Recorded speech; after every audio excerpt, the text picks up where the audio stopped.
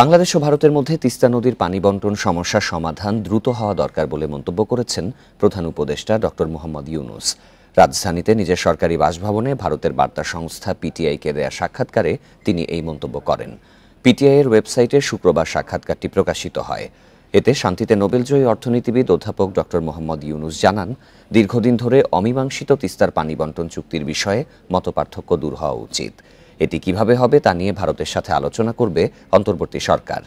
দুই দেশের মধ্যে পানি বণ্টনের বিষয়টি অবশ্যই আন্তর্জাতিক আইন অনুযায়ী হতে হবে বলেও উল্লেখ করেন ডক্টর ইউনূস।